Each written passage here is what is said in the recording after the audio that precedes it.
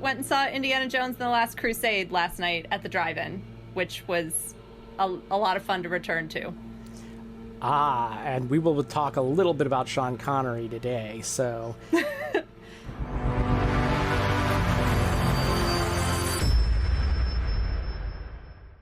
Welcome back to GC8, where we look at the history of popular culture and popular culture through history. Got my rotating cast of guest hosts. This week I have from the Hopkins Center for the Arts, Johanna Evans. Hi. And from the Black and Bluegrass Roller Girls, Rosie. That's me, Rosie Briggs and Smackham Franklin.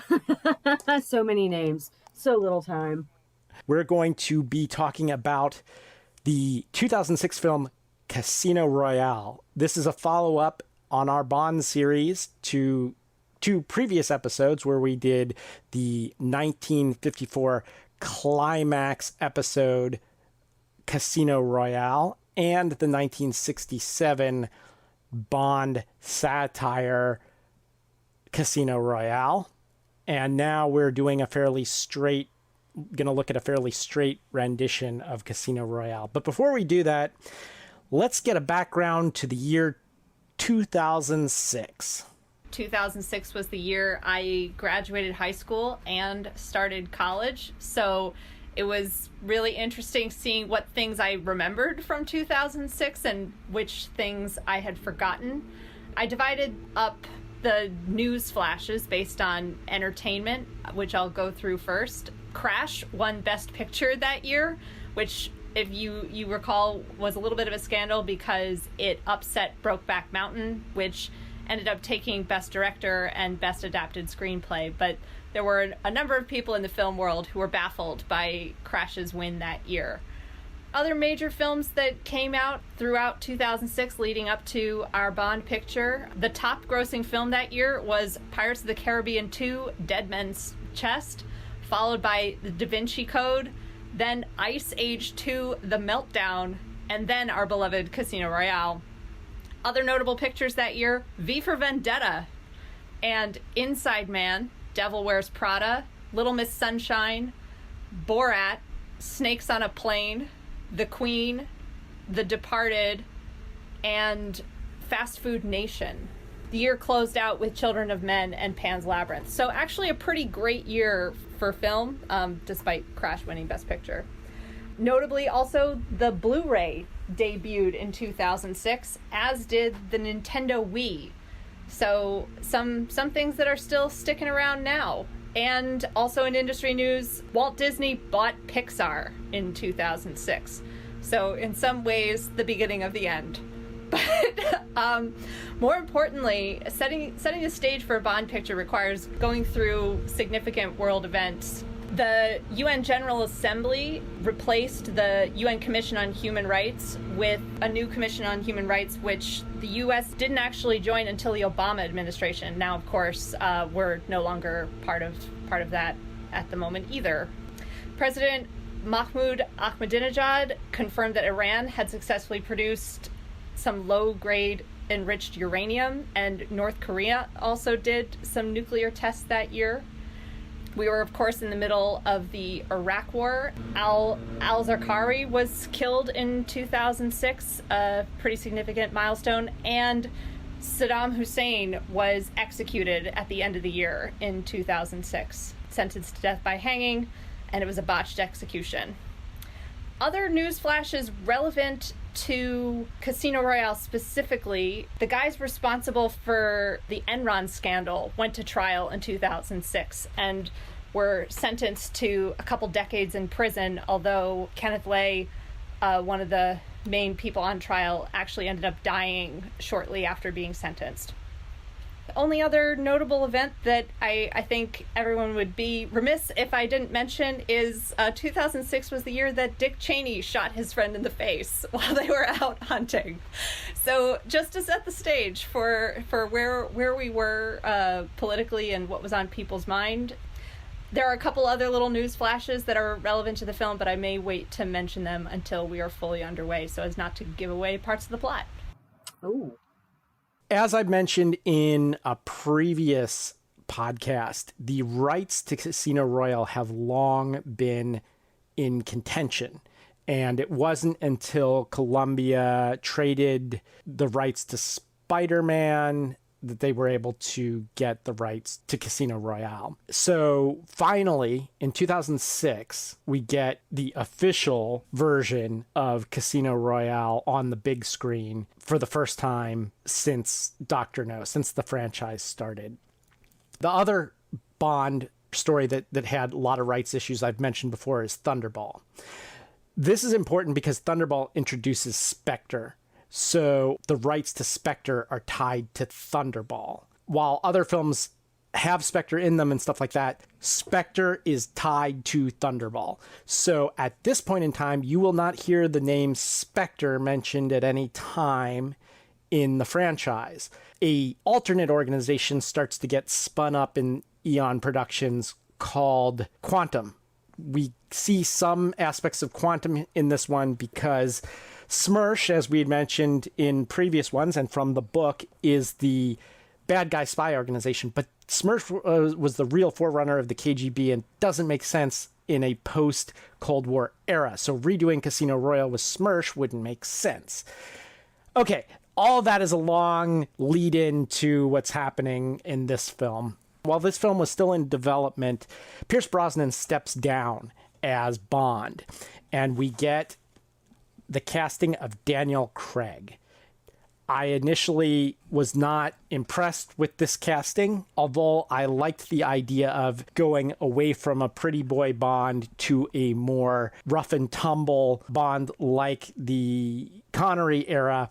I was a little skeptical that Daniel Craig was a little too rough and tumble and not refined enough to play Bond.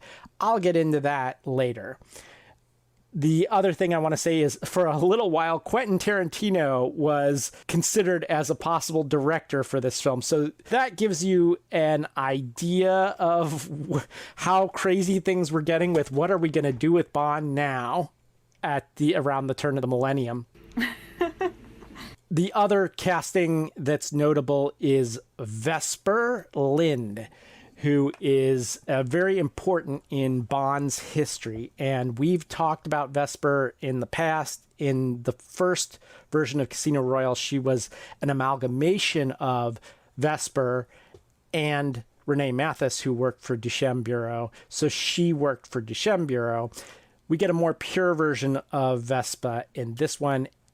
They had considered a number of people. One of the most interesting ones was Audrey Tautou, who you remember from Amélie, which would have been a really interesting Vesper, but they turned her down because she was in the Da Vinci Code, which was coming out around the same time, and they didn't want to have a Bond film too similar to the Da Vinci Code, which also takes place in France, etc., etc. Okay, that's it for production notes.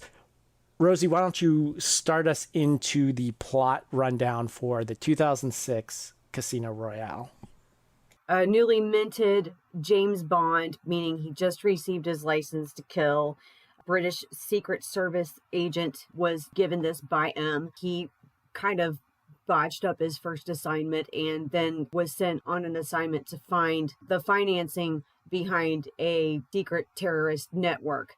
And when they find out who is financing the secret terrorist network and how they were going to do it, they sent Bond to play him in a game of high-stakes poker. The nemesis was Le Chiffre. Is that how you pronounce it?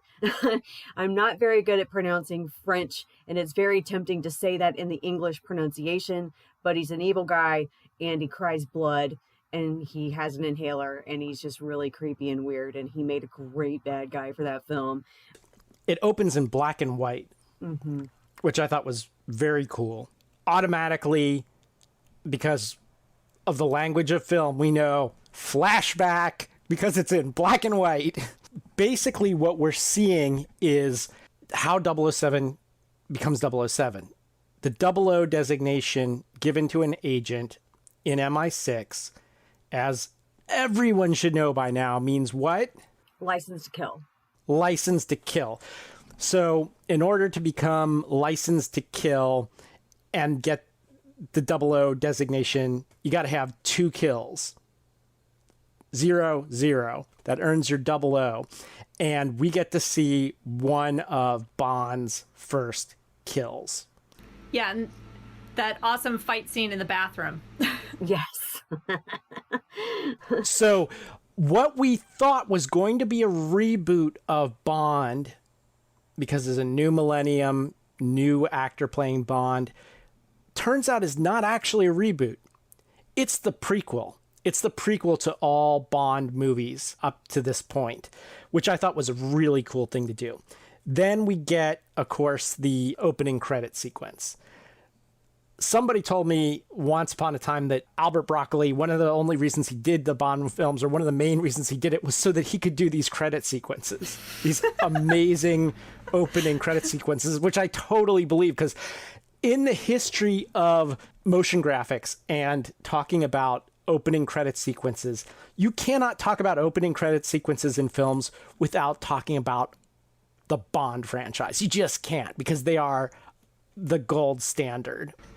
I loved it. One of the things that caught my eye about it is that you could actually see Daniel Craig's face, which was kind of a new touch. Usually everyone, especially Bond, is in silhouette, and then sometimes there are actual gold painted women where you can see their dimensions perfectly. But I appreciated that Daniel Craig himself was more integrated, as if they were sort of easing you into, like, it's the same Bond character, but just a new face. And we're going to get you comfortable with this idea that this is who Bond is by having him have more of a presence in the opening credits.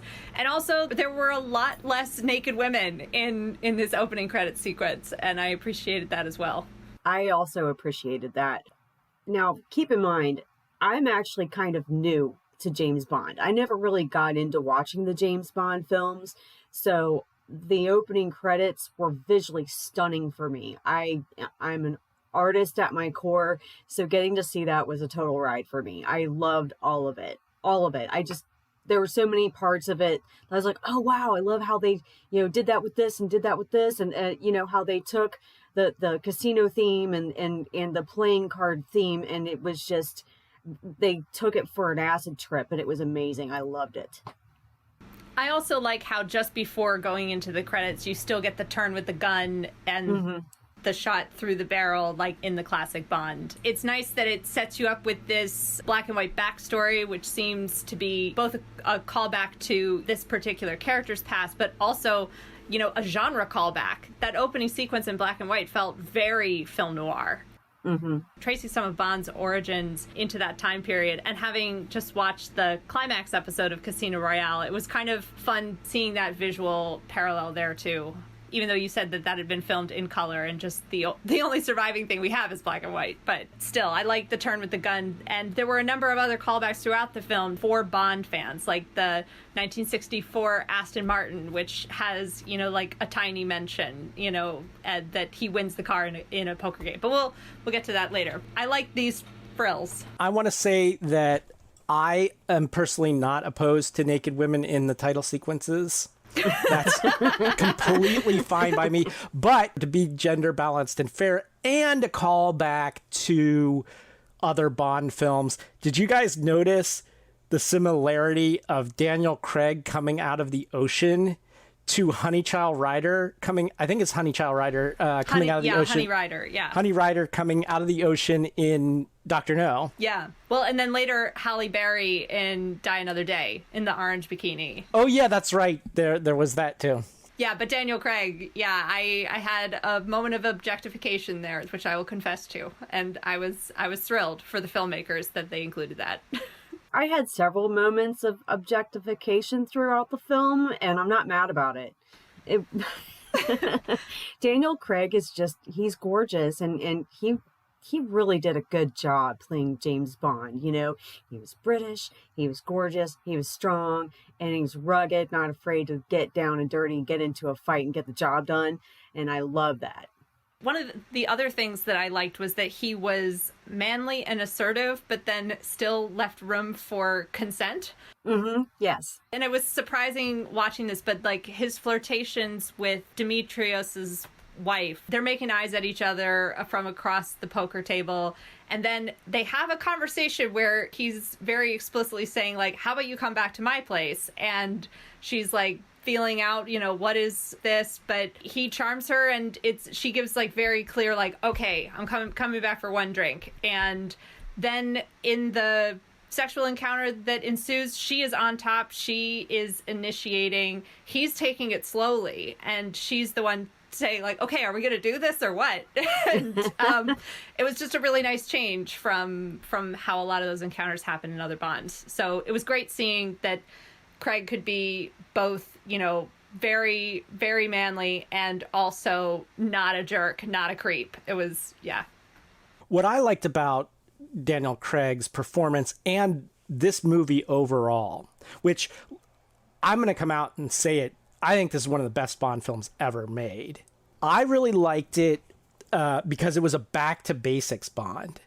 It showed in a movie, there really wasn't anything too crazy. Everything was gunfights, knife fights, fist fights, and car chases. That's all you got in terms of action. There was no sci-fi gadgetry. There was nothing too weird. It was all very, very real. All of it, you could imagine it actually happening. I really like that, especially in a prequel, because this is not yet Bond trying to save the world. This is Bond sent on a mission that's very, very modest in terms of what he will be called on to do in later films and books. And part of that also has to do with Le Chiffre. Now, in the book, Le Chiffre is a agent of SMERSH, and he's a Russian agent, provocateur or something like that in France, using labor unions and such to undermine Western values and capitalism. And Bond sort of represents the opposite of that, using Western money, which that alone's a little weird. I don't know that spy agencies would trust an agent with millions of dollars to gamble with, but, who knows? We've seen American Hustle, and they do crazy stuff. So basically, they're trying to discredit him through gambling, which sounds crazy in a post-Cold War era. But you have to understand, having grown up in the Cold War, I remember when things like Olympic Games, it was so important to beat the Russians in the Olympics. Yep. And the Russians they were willing to dope athletes and stuff like that to beat the West, because it would show that state-sponsored athletes and therefore communism was better than privately funded athletes and therefore capitalism. It's crazy to think about this nowadays, but that was literally how the Cold War played out in various arenas. Mm-hmm. So that was the plot of the book. Now, that comes out a little in our past Casino Royale viewing, but not a lot. And Le Chiffre's mission is always kind of a little bit weird and hard to understand. This movie did something that I thought was great. It went beyond the book to give a backstory to Le Chiffre. So immediately after that opening, we moved to Uganda, where there's a certain Mr. White, mm-hmm. who is trying to supply terrorists with arms. Now we realize how in deep Le Chiffre is to international money interests, and how, like, by losing their money, he's in big trouble. Right? Did anyone feel that Le Chiffre made a lot more sense in this film? Yeah, well, this is why I mentioned the piece about Enron. He loses the money because he's doing some shady stock market stuff on the side. And, Enron was more in the insider trading direction. But just thinking about how the crash happened in 2008, because there were these industries that people were expecting to do really well, and then it all fell apart. And some people bet against those industries and made bank, as illustrated in The Big Short. But it was interesting to see that little piece of it work its way in. Also, this, idea that Le Chiffre, as a modern version of this villain, is, not just gambling at the card table, but also gambling in the stock market, which raises the stakes for how much money he could be losing and what kinds of real world effect that would have on everyone else. Yeah, I think that that's a good point. Another thing I liked about this is we're getting to see how Bond became Bond. One of the characters from the book that made it into this that wasn't in previous versions was the Greek shipping magnate. He's just another player in the game in the book. In this, he's, again, another player in the game, but he also wagers his Aston Martin. And so now we find out how Bond got the Aston Martin, which is kind of cool. Now, the game they play in this is not actually Baccarat, which is what we had in the book, what we had in the first TV version of Casino Royale, and what we had in the 67 version of Casino Royale. And this is Texas Hold'em, which I don't know how I feel about that. Like, why do you think they changed it? This was one of the facts that I thought I would save for later, but I wanted to look up and see what the World Series of Poker was like in 2006.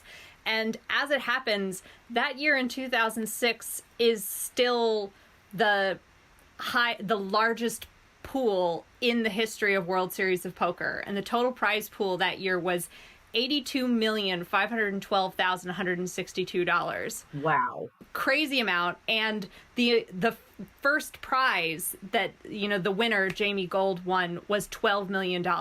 And the other 10 dudes behind him all became millionaires also. So huge amounts of winnings. There was a larger win a few years down the line. The highest amount that someone's won in the World Series is now up to 18 million. But this held the record for a while, and it's still the record for the largest total pool. As it happens, the hand that he won with, he won with a pair of queens. And the queen was in the flop, and his opponent had a pair of tens in his hand, but got nothing off of what was on the board. I think that what happened here was two things. One, not as many people know Baccarat, and like everybody knows Texas Hold'em. Yeah. So they didn't have to explain the rules. As we remember in the 1954 version, they had a narrator explain the rules before it started. In the book, Fleming gets around this by having Bond teach Vesper how to play. Okay. That actually makes sense, but this isn't a book, so we don't have that option. That would be boring on screen.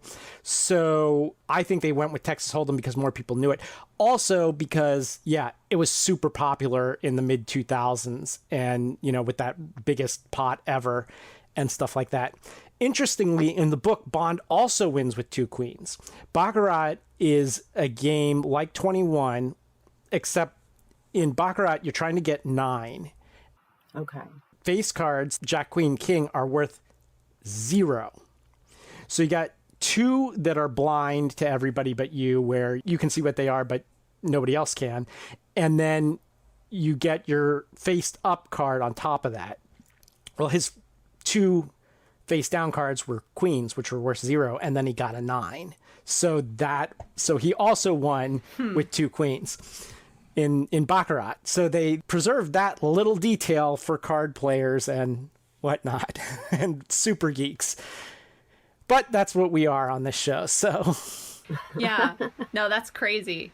One of the things I liked about this film is that it dives into the poker playing almost immediately. As soon as Bond meets up with Demetrios, they're playing cards. And I feel like in the other 2 adaptations, there was a lot of buildup and a lot of maneuvering around before you get to the thrill of the card playing. And this time it just throws you into the deep end of the pool almost immediately. And then it's cards for most of the movie, punctuated by action. But I really liked that sense of like, okay, we're just going to get started with this right away.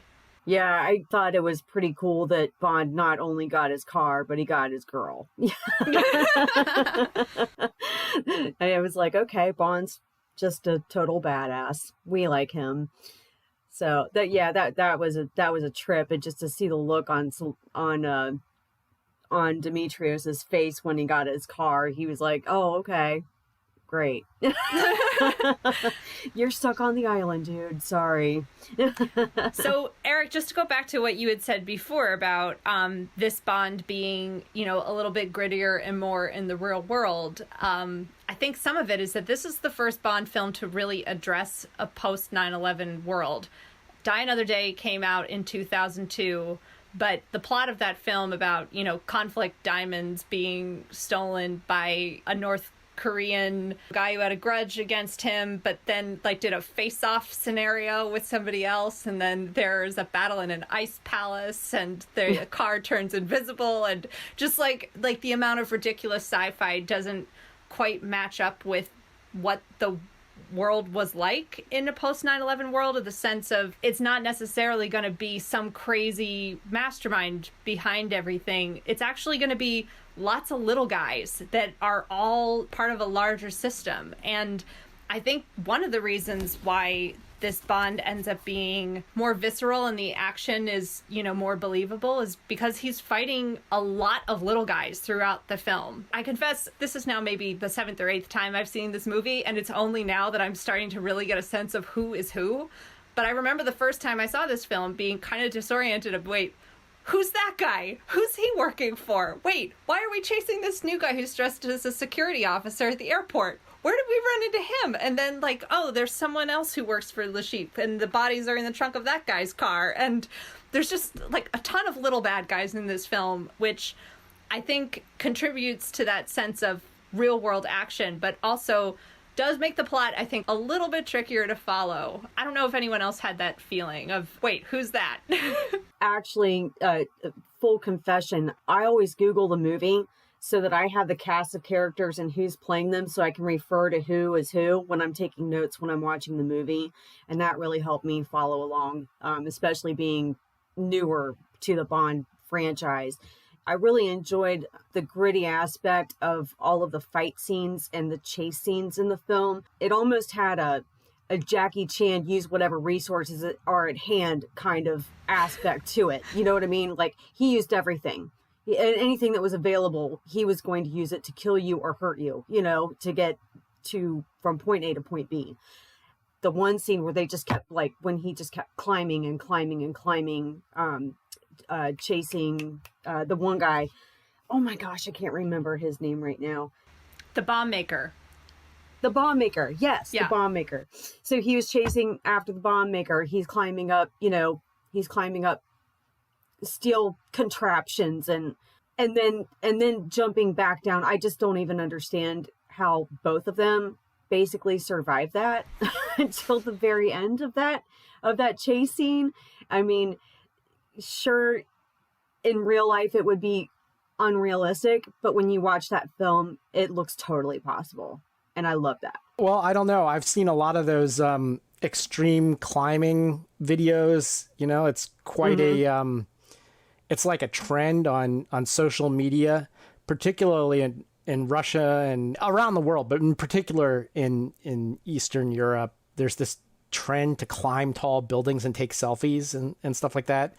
I forget what it's called. It's crazy insane. They climb cranes all the time and do yoga on top of them. And tell me you guys have seen this or are familiar with this. No, but I'm afraid to go look it up. I have a heights thing. It is terrifying. It is terrifying. It's some kind of urban exploring. I forget what it's called. I'm sure someone will write in and tell us what it's called. But yeah, it's a thing. Trust me, it's a thing. It's a real thing. It's not hardcore. It's something else, and I can't remember it. But you know what? I think that if James Bond were to play an American Ninja Warrior, he would be the champion. Well, speaking of Eastern Europe, the next thing I wanted to mention is the setting. Casino Royale is different than a lot of Bond films in that the setting is literally in the title. And Casino Royale, up till now, in previous versions, has been a casino in a fictional town in northern France. And they sort of changed it to Monte Carlo or something like that in the first Casino Royale, the black and white TV version, if I recall.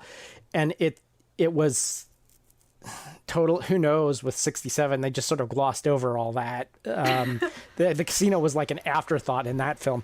In this, they relocated to Montenegro. Mm-hmm. Why? No idea. No clue? None. No theories? No theories. I only think that maybe it was an exotic location and sort of maybe felt a little less controlled than France would be. A little more anything goes kind of place. That's all I can think of. I wonder if some of it is that at the time of the original, France would have still been a place of some, political intrigue, as a post-war location. It's the sort of place where bad guys, black market connections, like that kind of stuff might have still been hanging around. And especially with Germany still divided, like France would have probably seemed more like a place where you could run into some shady people. And I think now in the early 2000s, like, France is our not political enemy, but I don't know if you guys remember freedom fries. Oh, but, yeah. Like France sort of like is kind of like famous for not being involved at the time that this film was made, of like not being politically engaged and willing to get their hands dirty, I guess. And so I think that might be part of it, that in addition to it being a very civilized country in 2006 and not, the place where you'd run into a high stakes poker game, it also just might not be as politically interesting or, up for question as Montenegro would be. Is Montenegro in the EU? Does anyone know? Hilariously, I think I was looking this up and maybe I should have mentioned this in my recap, but I think 2006 was the year that Serbia and Montenegro like officially split up and became independent countries. In 2006. So I probably should have mentioned that. Okay, and this film was released in November of 2006. Interesting. So maybe there's a reason right there. It was in the news. In the news, yeah. It was much like Texas Hold'em. It was a thing that was happening then. Yeah, so, it was easy to reference in that period of time. Nowadays, I think if you were to use it, I don't think people would, they'd be like, where's that? But back then they'd be like, oh, I heard of that place in the news. Yeah, it's funny. I didn't put this in, like I read through all the news and then came up with like, here's my top 10 list that I'm going to include in the podcast. And this did not make the top 10. And then I watched the film afterwards and forgot to put this back in there. I had forgotten that the casino scene takes place in Montenegro, in part because I don't think the location of the country ever really comes up in terms of a plot point. I remember the scene in Venice, and I remember the chase scene on the scaffolding a lot more in terms of, an actual setting, other than like there is some like charming cobblestone streets and, vaguely Eastern European looking houses at some point in one of the chase scenes where Bond, continues to, chase after cars on foot. It's one of my favorite things about this film is the number of these chase scenes that start with Bond running after the car. Yeah. I want to talk for a second about Felix Leiter. He saves Bond's butt in this, and he appears throughout the Bond canon as Bond's equivalent in the CIA. And a lot of people have suggested, there's been so many Bonds that James Bond, and they even suggest this in Casino Royale 1967, that James Bond is just a code name, that there are a bunch of different men who have been James Bond. I don't buy that. I think 007 is a code name they assigned to him in the British Secret Service, but that James Bond, it's the same guy. Even though there are different actors playing it, it's the same guy. And the way that we know this is, again, I'm going to talk about Tracy Bond was killed, and in, I believe, On Her Majesty's Secret Service. And in the very next film, that was George Lazenby played Bond. And in the very next film, Sean Connery comes back for Diamonds Are Forever. I think it was Diamonds Are Forever. And it opens with him pissed off and looking for Blofeld because they killed his wife. Those are two different actors. So I believe it's, and I think this is pretty commonly accepted among Bond fans, that there is one James Bond. There is one guy who is James Bond. It just happens to be played by different actors over time. The reason I bring this up is because I have always long held the opposite idea about Felix Leiter. Felix Leiter is played by a ton of different people. Sometimes he's black, like he is in this one. Sometimes he's white. Jack Lord played him in one of the I think Thunderball or one of the movies. He's been played by so many different actors that look nothing like each other. I posit that Felix Leiter is the code name that the CIA uses with MI6 to be like, this is your guy, this is your contact. If he uses the name Felix Leiter, it's your CIA guy. It's our CIA guy for you, Interesting. I don't think it's this film where he gets like the U.S. political situation complicates his character. I mean, I think it's something that's sort of interesting about the Felix character in the earlier Bonds is the fact that the CIA is this really shady organization that the public has bad feelings about. That doesn't really come in until it's actually right around the time of Casino Royale that sense of the CIA, they torture people and we don't feel okay about that anymore. One of the facts that I looked up is that 2006 was the year that the soldiers who tortured the prisoners in Abu Ghraib were dishonorably discharged. So I think in the Bonds after this one, the idea that the British Secret Service are, Bond is a blunt force tool and there are a lot of bodies in his wake, but, he's not breaking the Geneva Conventions. That's, you sort of get that sense. And I don't feel like it happens in this film, but I feel like Felix, played by Jeffrey Wright, gets even more interesting and more complicated in the subsequent films when that side of the CIA maybe shouldn't be trusted or the CIA might not be the good guys. That sort of complication in his character, I think makes him even more interesting. Mm-hmm. Okay, we've danced around it too long. We got to talk about Vesper. Johanna had mentioned Vesper as a whole deal. So I am going to drop this in your lap and you get to break down and analyze and tell us everything you can or your thoughts about the character of Vesper Lynd.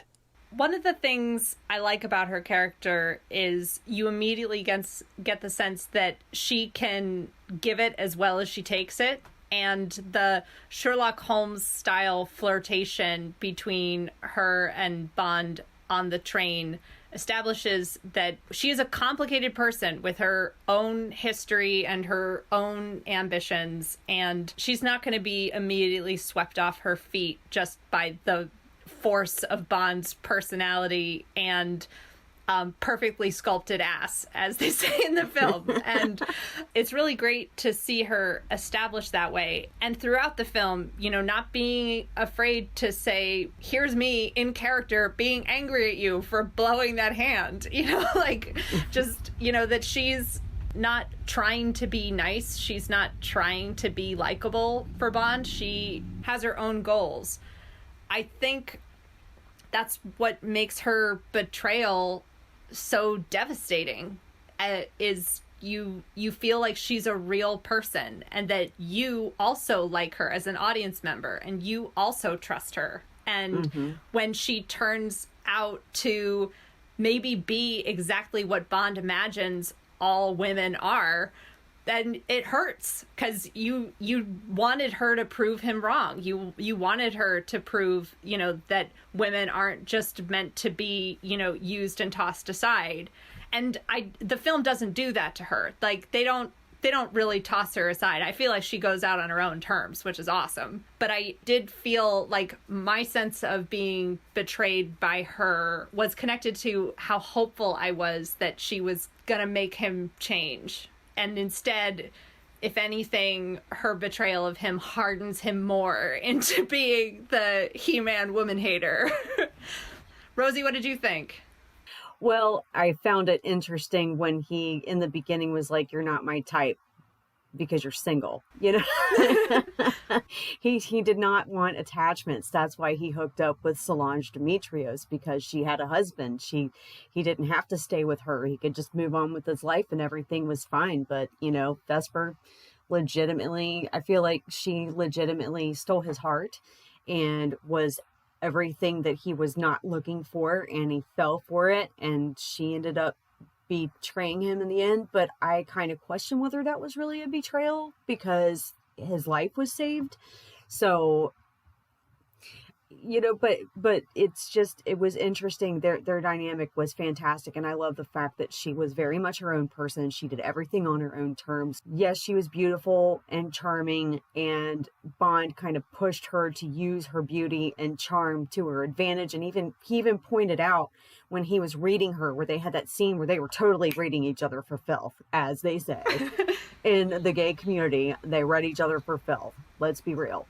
So, you know, they ran down this list of, you know, you do this because of this, you do this because of this, you do this because of this. And one of the things that Bond mentioned was the fact that she dressed slightly masculine, and that put off a certain vibe to men, to where they didn't take her as seriously as maybe they would, which maybe not. I don't know. It stinks that women have to put so much more thought into what they wear to be taken seriously than men do. So he was kind of, in a way, he was kind of pointing out a feminist point, which I really like that. On the other hand, she totally gets him back, though, with the suit jacket. Like, that was one of the things I loved. I love that scene. That the film definitely, you know, gives her these opportunities to, you know, say, like, hey, you know, it works both ways. And I thought that was really important for this film to reestablish Bond as a not as misogynistic character, and also the genre itself. You know, like they really went out of their way to make her an interesting character, and to offer for every one of these instances where Bond says, like, I need you to look pretty for this reason, then she's like, well, fuck you. She's like, well, I need you to look pretty for this reason. Yeah, exactly. It's great. Well, I think that, first of all, I should say right now, I should have said at the start there are going to be spoilers with this one. We try not to spoil endings, but this one, there's no way we can't talk about this movie and not have spoilers. So I'm going to put the spoiler tag on it, because there's no way to talk about Vesper without talking about spoilers. Now, I want to be clear that for secret agents, especially in this era, but pretty much in general, emotional attachments are a liability. So let's be clear that there's that. And I've always taken Bond's misogyny as a cultivated form of self-preservation, because if he falls for someone, that's a liability to him and a liability to them. And we know that throughout Bond's career, he's only fallen for two women. I mentioned this before: Vesper Lynd, Tracy Draco, who becomes Tracy Bond. Both of them die. Okay. So there is that. So I find Vesper incredibly infuriating, because I secretly like that there's a woman that can go toe to toe with Bond and like can handle him. But I also secretly don't like it, because I know what's going to happen. I just know that this has got disaster written all over it, and I can see him falling for her. So like, the film is very, very good at manipulating your emotions when it comes to Vesper. Yeah. One of the things I like about her turn, though, like when you see, you know, she's like, as we sort of knew from the beginning, she's an independent person who has her own agenda. And why should we be surprised that her agenda includes evil? Like, you know, that shouldn't, we should have been expecting this. But I think one of the things I like about her turn is that you don't have this like bizarre cartoonish moment where like the mask comes off and suddenly like, oh no, I was just pretending to be this nice vulnerable girl and I'm actually this like evil bitch underneath.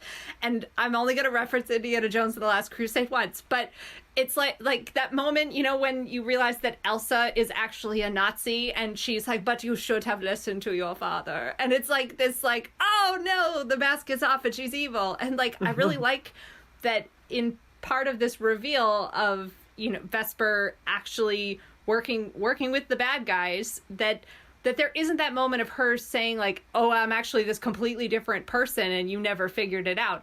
She still seems like the same person. You know, she still seems like she is someone who is complicated and vulnerable and, you know, really did care about Bond, and that it is all of those things.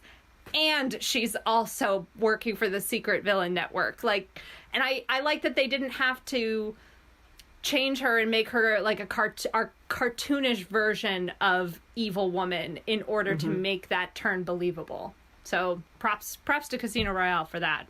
The shower scene is one of my favorite moments of Daniel Craig's, just because it's a moment where you get to see him be vulnerable. And I'm curious from both of you whether you think she's totally playing him in that scene, or if there's some truth to her, that she might not be a murderer and this killing part might be legitimately hard for her, or do you think she's playing him like the whole time? I don't think she was playing him the whole time. I think that there was a part of her that actually did genuinely care about him, but she still had a job to do. And she was eventually able to separate herself enough to do her job and to betray him. But in that moment, I think you're right. I think maybe, you know, she's used to doing the secret agent work, except for maybe the killing part, because, you know, she was an accountant.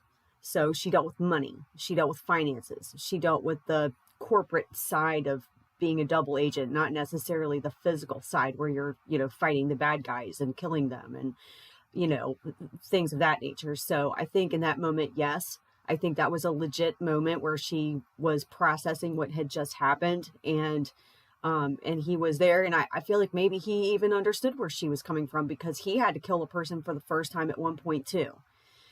So he could relate to how she was feeling and was able to comfort her in that moment.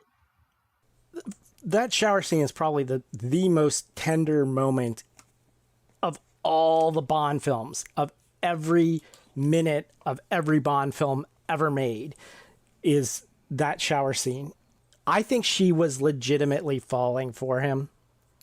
I think her idea of what she was going to do was, okay, I'm going to finish my mission, but then I'll get together with Bond after my mission's over with. I think that's kind of what she was thinking. But I don't know if I could forgive Vesper. You know, the betrayals just stings so much. Mm-hmm. Mm-hmm. Well, and it, you know, definitely gives you a very particular kind of morality attached to that person. Like all those confrontations where, you know, she's, you know, upset about losing the money and Bond is, you know, like, oh, you're sorry? Like, how about you attach, you know, the rest of the sentence to that sorry? You know, I'm sorry that this, you know, evil maniac is going to continue funding terrorism throughout the world. And, you know, his sense of his responsibility for those people and what it would mean if she gave that money to somebody who was going to fund, you know, murder. Like, you know, I don't think it's even what the personal betrayal would have been. It would have been like a worldview of, you know, oh, well, that blood isn't on my hands, or I need the money, or like, or whatever her justification is for being involved with these evil creeps. I think that her reason for being involved was her previous man. I think that she was involved with, and again, I watched this a little while ago. So it's been a couple of weeks. I watched it right after the last one, but I think she was involved with someone on the other side in Algeria or something. Yeah, she's remembering wearing that right? an Algerian love knot that she eventually takes off. Yeah, and so that her heart belongs to him, and she's all about doing it for the man and not for the cause, is what I felt. And then when she finally takes off the Algerian love knot, it's because she no longer loves him, she loves Bond. Right. That was kind of my take on it. Okay. No,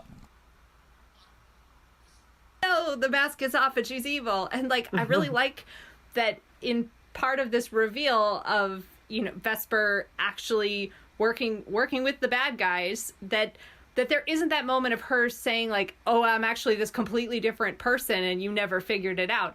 She still seems like the same person. You know, she still seems like she is someone who is complicated and vulnerable and, you know, really did care about Bond, and that it is all of those things.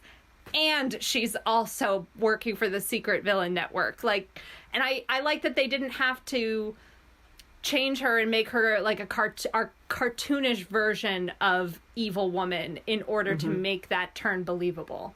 So props to Casino Royale for that. The shower scene is one of my favorite moments of Daniel Craig's, just because it's a moment where you get to see him be vulnerable. And I'm curious from both of you whether you think she's totally playing him in that scene, or if there's some truth to her, that she might not be a murderer and this killing part might be legitimately hard for her, or do you think she's playing him like the whole time? I don't think she was playing him the whole time. I think that there was a part of her that actually did genuinely care about him, but she still had a job to do. And she was eventually able to separate herself enough to do her job and to betray him. But in that moment, I think you're right. I think maybe, you know, she's used to doing the secret agent work, except for maybe the killing part, because, you know, she was an accountant. So she dealt with money. She dealt with finances. She dealt with the corporate side of being a double agent, not necessarily the physical side where you're, you know, fighting the bad guys and killing them and, you know, things of that nature. So I think in that moment, yes, I think that was a legit moment where she was processing what had just happened, and he was there, and I feel like maybe he even understood where she was coming from, because he had to kill a person for the first time at one point too. So he could relate to how she was feeling and was able to comfort her in that moment. That shower scene is probably the most tender moment of all the Bond films, of every minute of every Bond film ever made, is that shower scene. I think she was legitimately falling for him. I think her idea of what she was going to do was, okay, I'm going to finish my mission, but then I'll get together with Bond after my mission's over with. I think that's kind of what she was thinking. But I don't know if I could forgive Vesper. You know, the betrayal just stings so much. Mm-hmm. Mm-hmm. Well, and it, you know, definitely gives you a very particular kind of morality attached to that person. Like all those confrontations where, you know, she's, you know, upset about losing the money, and Bond is, you know, like, oh, you're sorry? Like, how about you attach, you know, the rest of the sentence to that sorry? You know, I'm sorry that this, you know, evil maniac is going to continue funding terrorism throughout the world. And, you know, his sense of his responsibility for those people and what it would mean if she gave that money to somebody who was going to fund, you know, murder. Like, you know, I don't think it's even what the personal betrayal would have been. It would have been like a worldview of, you know, oh, well, that blood isn't on my hands, or I need the money, or like, or whatever her justification is for being involved with these evil creeps. I think that her reason for being involved was her previous man, someone on the other side in Algeria or something. Yeah, she's wearing an Algerian love knot that she eventually takes off. Yeah, and so that her heart belongs to him, and she's all about doing it for the man and not for the cause, is what I felt. And then when she finally takes off the Algerian love knot, it's because she no longer loves him, she loves Bond. Right. That was kind of my take on it.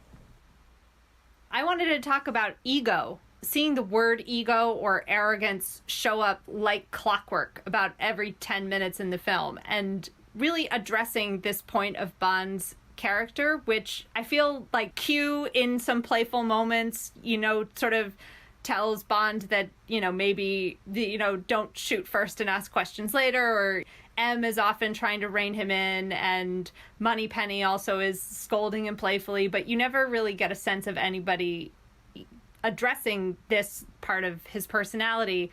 And it's interesting seeing it come up so many different ways in this film. M early on says something like, arrogance and self-awareness rarely go together.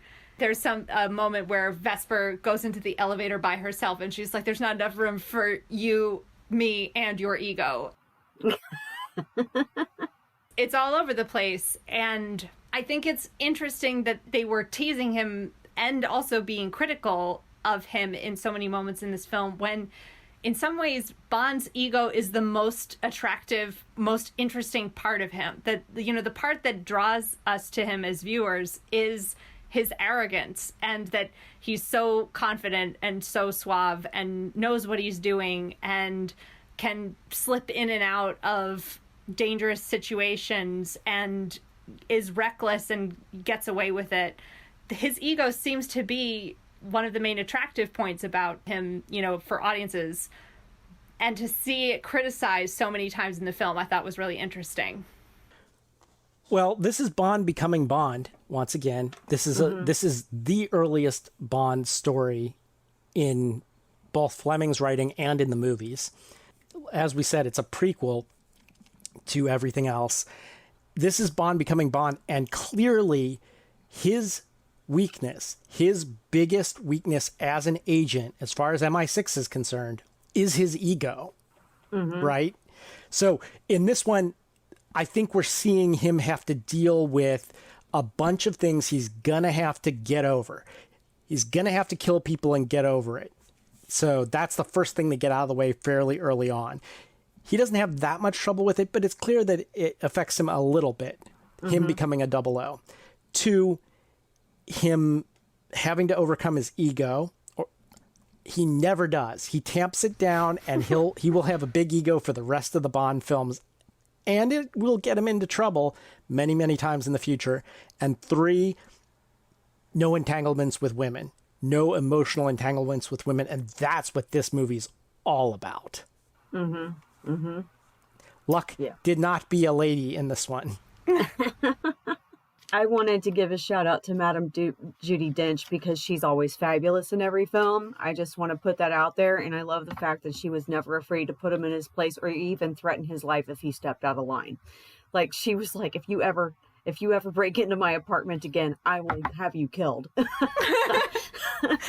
And she just, no bones about it. That was it. Period. The end. And he knew she was serious.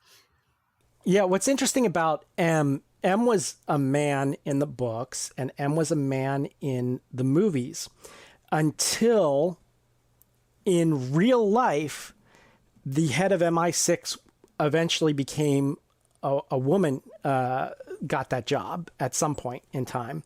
And around the same time, they recast a woman in that role in the films, and that was Judi Dench. And I'm so glad she has stuck with the role for all this time. Well, I mean, I guess we're not going to say anything. We're not talking about anything that happens after this one. Yes, no, but I am glad that she stuck with it through the transition from Brosnan to Craig, because I think, I mean, you were talking about tender moments in the Bond franchise. The shower scene between Bond and Vesper is one, but the moments in Skyfall between Bond and M are also some of his best moments, I think, as a character. We will do Skyfall at some point in the future. We will be covering Quantum of Solace. We will probably take a break from Bond after that for a little while, but not forever. We will get back to this character. There's so much more to explore with Bond. In the meantime, I wanted to say, please like and subscribe. Give us 5 stars and a good review in the iTunes store if you like us. And you can write to us at GC8 Podcast. That's letter G, letter C, number 8 for Geek Channel 8. GC8 Podcast at gmail.com. And I would like to thank my panelists, guest hosts this week from the Hopkins Center for the Arts, Johanna. Thanks so much, everyone. And from the Black and Bluegrass Roller Girls, Rosie. Thanks for having me. You will hear us next time on GC8.